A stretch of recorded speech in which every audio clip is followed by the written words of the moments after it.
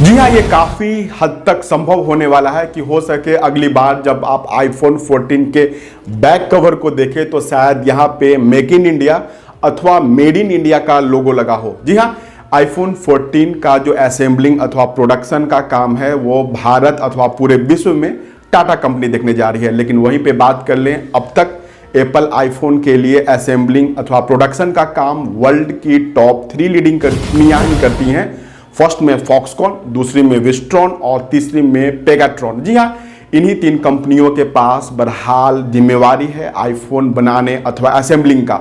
वहीं पे बात कर लें एप्पल कंपनी, एप्पल आईफोन की जो आधिकारिक बयान है इस मसले पे आ चुका है। आईफोन ने यह साफ और पक्का तौर पे कहा है कि हमारा किसी तरीके का करार टाटा के साथ नहीं हुआ है। बहरहाल उनका जो करारनामा है आईफोन असेंबलिंग अथवा प्रोडक्शन को लेके अभी भी मात्र 3 ही कंपनियों के साथ है, वो फॉक्सकॉन, विस्ट्रॉन और पेगाट्रॉन।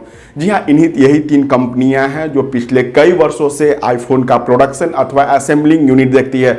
वहीं पे आगे बढ़ते हुए एप्पल आईफोन ने कहा है अपने आधिकारिक बयान में कि अब तक तो केवल हमारा कोई भी सीधा करारनामा टाटा के साथ नहीं हुआ, लेकिन जो 3 कंपनियां पिछले कई वर्षों से हमारे लिए असेंबलिंग अथवा प्रोडक्शन का काम करती है वो पूरे रूप से स्वतंत्र है किसी के साथ, किसी और कंपनी के साथ करारनामा करने के लिए।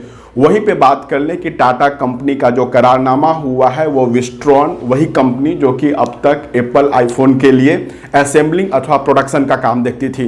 अब तक विस्ट्रॉन अपना असेंबलिंग अथवा प्रोडक्शन का काम चाइना में करती थी, अब वह चाइना को लॉक करके मेड इन इंडिया और मेक इन इंडिया को बूस्ट करने के ख्याल से टाटा से अपना करारनामा करा है। बात कर ले एप्पल का जो आईफोन है उसका प्रोडक्शन और असेंबलिंग का सारा काम टाटा अपने तमिलनाडु वाले प्लांट से ही देखेगी।